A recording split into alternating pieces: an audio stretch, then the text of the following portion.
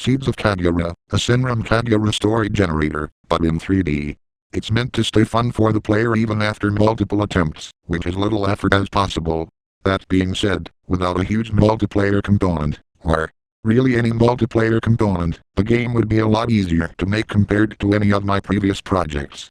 Well, barring Super Anim Cross Plus Max, which would take roughly the same time due to how simple the game is. You click start, and, after a short briefing of the story and the current status of your character, you are dropped into the game. It's a game of survival, loyalty, and sadness. You are supposed to get heartbroken over losses and casualties you didn't have to commit. The world is randomly generated as well, so there might be a whole different set of parks, schools, or even looming threats to all of humanity. You'll never get the same exact experience twice. You start as one of four things: a civilian, a fugitive, a good shinobi, or an evil shinobi. Starting as a rogue shinobi would be next to impossible in difficulty lore-wise. The main goal of this game is simple: to survive, and to follow your ideals. Being a civilian or a fugitive means you won't become a licensed shinobi right away, so there are ways of making money, to provide you with food and entertainment. You can go to food shops and serve customers, or help with the family business, if you have one. Alternatively, you can beat people up in the street and gain money that way, but that's going to be quite tough in most city areas. Another option is to become a part-time idol and play a mini-game to gain iteration, and with that iteration, you gain more and more money. In order to qualify for a good shinobi school, you have to have a clean record, and one of the following pre-requirements: have a recommendation from someone in that school, be a skilled enough shinobi to pass the test with flying colors, or, if you are part of a shinobi family allied to a school, become the family candidate. However, sometimes life isn't fair, and you might get a fake test that tests your morality. If you kill the test giver, they'll reveal that they were an undercover evil shinobi, and you'll become disowned by all of your older family members, making you unable to join a good shinobi school. An evil shinobi school doesn't require anything. That is, because, if you aren't prepared, you might kill or be killed in the first day. Generally, your learning is through experience rather than any standard formula. So, if you happen to become so strong that no one challenges you anymore, consider your position in an evil shinobi school safe. If you do well enough in shinobi classes, or surviving enough for evil shinobi, the higher-ups might offer you the chance to move up to the elite tier. You can decline, which will keep you the way you are, but have a reputation of someone who's possibly as good as the elites, or join the elites, which will give you a very high reputation, but your assignments will be harder and more life-threatening.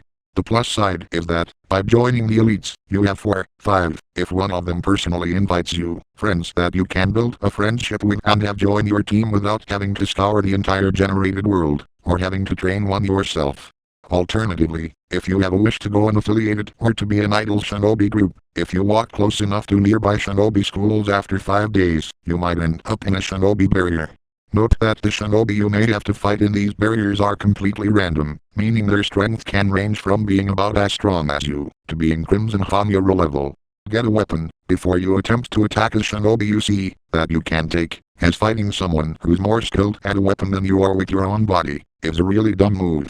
If you do manage to defeat them, you can either spare them, but because you aren't a shinobi, the rules don't apply to you, or kill them to ensure they don't sneak attack you. Sparing the person and having it succeed will give you a shinobi friend that you can visit at certain hours. However, if it super succeeds, 5% of it happening, the friend will outright teach you the basics. Killing the person lets you take their scroll and whatever info they had in them, and guarantees that you won't have to go and prove yourself to anyone, but you can never be a good shinobi, and you will be hunted down periodically. So, training is a must to survive, if you go this route. The first phase, or the beginner phase of the game, ends the moment you are aware of Yoma existing or the evil-good balance. Previously, you had been weak, or non-knowledgeable, enough to not be targeted or sent to target hostile shinobi. Unless you actively did so yourself, or wanted criminal or were part of a shinobi family. If you are a good or evil shinobi, you may get attacked by members of the opposite faction. Same goes with your missions, which will be to attack shinobi schools periodically. As a result, it's a good idea to have a general plan before you begin this phase of the game. Generally, if you are a good shinobi, you work for the government. But that does not mean you start doing protection or assassinations. Basically, you do espionage and other low-risk tasks. You also are not allowed to commit murder without a reasonable case. However, just Because they are low risk doesn't mean it's not dangerous.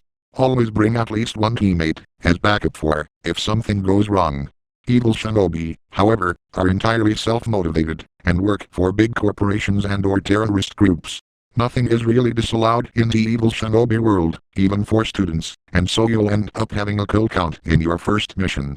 Of course, you can always end up murdering your corrupt employer if you have morals, but that'll mean more shinobi are sent to hunt you down. Sometimes your evil shinobi school will put a curse on you, so that, if you fail, either you, your friends, or the entire school will die. Good shinobi have regulated restrictions and a safer game, while evil shinobi have implied restrictions and a wild, uncontrollable game. The game generates shinobi for you to fight, and see you decide to spare someone, you could befriend them, but that depends on how good your character's social skill is. However, unaffiliated shinobi, illegal shinobi that don't have corporate ties, are a little different. Because no one is giving you things to do, you make significantly less money than both factions, meaning that, more often than not, you'll depend in your team's jobs and skills to survive. You will also constantly have at least one hostile, second-year elite rank, shinobi attack your hideout per 3 days.